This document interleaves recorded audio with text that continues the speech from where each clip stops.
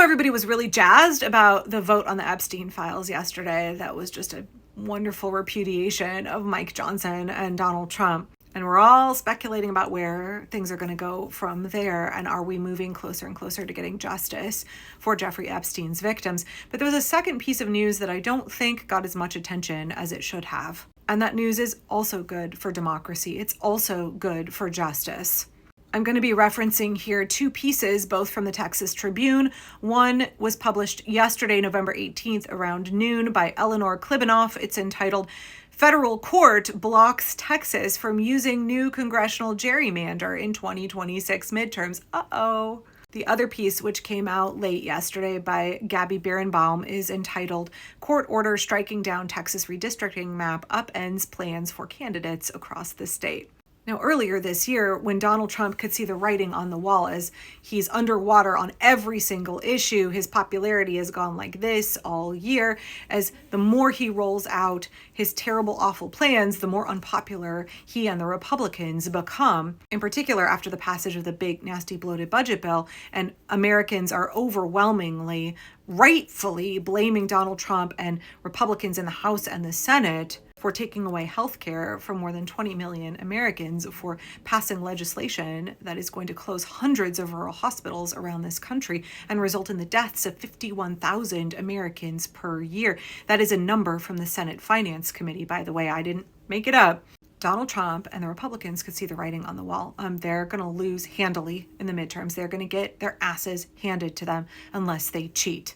Right, you understand the reason Donald Trump talks about voter ID laws and wanting to make it harder for people to vote. You understand why the SAVE Act was put through the House. You understand why Republicans love to kick people off the voter rolls without telling them, why they mail absentee ballots late so you don't get them until it's too late to mail them back.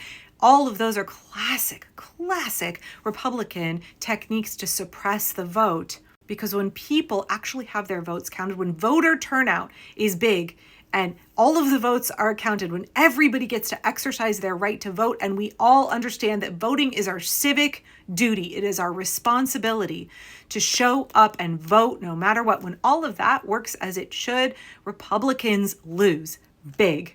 So they have to engage in all of these voter suppression techniques. And one of the classic ones that Republicans use is gerrymandering. There really are no red states in this country. There are heavily gerrymandered blue states and purple states. Texas already had a very badly gerrymandered map. There's already litigation going through the courts on that. When Donald Trump approached Governor Greg Abbott and the Texas House Republicans and said, y'all, we're going to get fucked in the midterms if we don't cheat really, really obviously, really overtly in ways we've never done before. I need y'all to redistrict the Texas map to cut out 5 Democratic representatives in the House. I know that it's like not the right time for redistricting. You just did it a few years ago. But if we don't cheat big, overtly in public and brazenly try to get away with gerrymandering, we're going to lose in the midterms. Republicans have to cheat to win. They have to cheat to win. They don't cheat by Starlink zapping the votes, right? They cheat through these classic methods. And because gerrymandering is something that's worked out so well for them in the past, the Texas Republicans were like, sure, we're going to do that.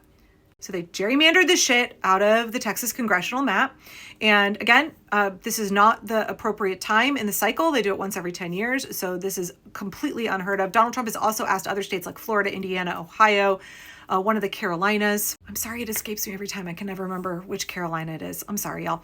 But Donald Trump was like, okay, we got to cheat. We got to cheat really big. We have to make sure that we disenfranchise millions of voters in a really overtly racist way. Oh, I'm sorry, y'all. I can't remember if it's North or South Carolina. Anyway, Donald Trump was like, okay, we have to cheat in really obvious ways. We have to disenfranchise millions of voters, deprive them of their right to representation in government.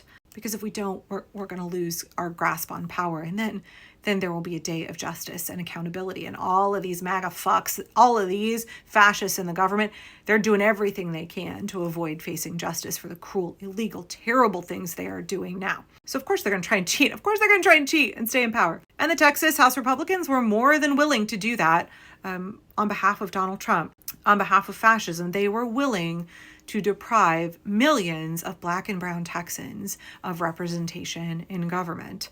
And of course, this sparked Proposition 50 in California, which was an initiative where the voters decided they were going to, for a set period of time, go ahead and redistrict California. That was something that the governor and the legislators in California brought to the people. And the people said, we understand the utility of this situation. We will support this. Totally legal, totally fine. What happened in Texas was that Governor Abbott, Donald Trump, and the Republicans said, we are going to redistrict without the consent of the governed. We're going to do this against the will of the people, and we're going to do it in a really overtly racist way and see how it holds up. We already heard that the Texas gerrymandering map was going to backfire in big ways because they based this map. So when you gerrymander a map, you take these districts that are really solidly blue, and you carve them up and you hand some blue voters off here and there to red districts so that you can turn that district that was blue into a swing district or a red district. But by doing that, you take those other previously very strong red districts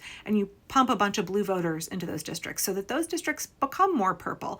And there is the potential with gerrymandering to flip other districts that had been red to flip them blue, especially when we're looking at the fact that they based their gerrymandering map on the 2024 election results when a lot of Hispanic voters voted for Donald Trump before they realized what he was up to, when they were still believing his lies.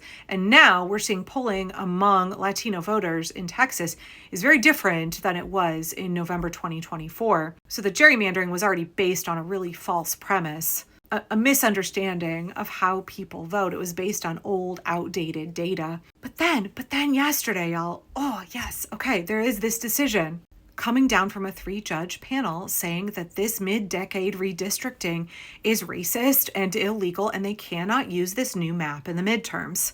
Of course, Attorney General Ken Paxton of Texas is going to appeal it, but the gerrymandered map, which would have potentially put 30 of the state's 38 congressional districts in Republican control, is like really, really obviously racist.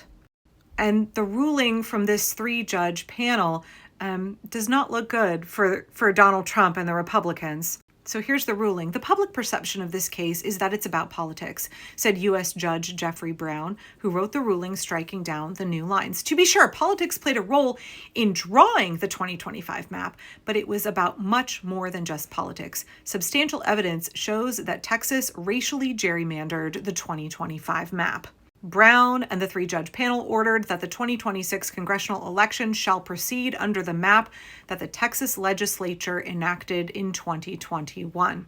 And before MAGA starts saying liberal activist judges, leftist activist judges, just like the ruling here in Portland, Oregon, that put a permanent block on Donald Trump being able to use the National Guard here, this case in Texas was also decided by a Trump appointee. Judge Immergut in the Portland case, a Trump appointee. Judge Jeffrey Brown in the Texas gerrymandering case, a Trump appointee. We have Trump-appointed judges who are ruling based on the law, not out of loyalty to Donald Trump, not out of a desire to advance a Project 2025 agenda, not out of a desire to make Donald Trump a king, not Supreme Court, out of a desire to promote fringe unitary executive theory, white Christian nationalist ideals. So I understand that Ken Paxton is going to appeal this. This is a huge, huge victory. I had too many people on my blue sky who were like, this is just going to get overturned by SCOTUS. You don't know that. Stop letting the regime future fake you. Stop acting like you have a magic crystal ball. It really matters at every level. Every act of standing for the rule of law, every act that upholds democracy is a win for the resistance. Trump wants everybody to fold for him. He wants everybody to abandon our Constitution at anywhere, any place in our society, be it civilians, be it folks who work for the federal government, be it members of Congress, be it the judiciary, anywhere that folks are standing up for the Constitution and the rule of law, that is a win for us. As long as people keep fighting, Donald Trump cannot win. I don't know what will happen at the Supreme Court. The map is so obviously overtly racist in its gerrymandering. We don't know what will happen next. But we do know that this was a huge win for democracy. It will cause more fracturing for MAGA. It will also increase the desperation of Donald Trump as he can feel his grasp on power slipping. We should celebrate this win yesterday, y'all. This is a big one.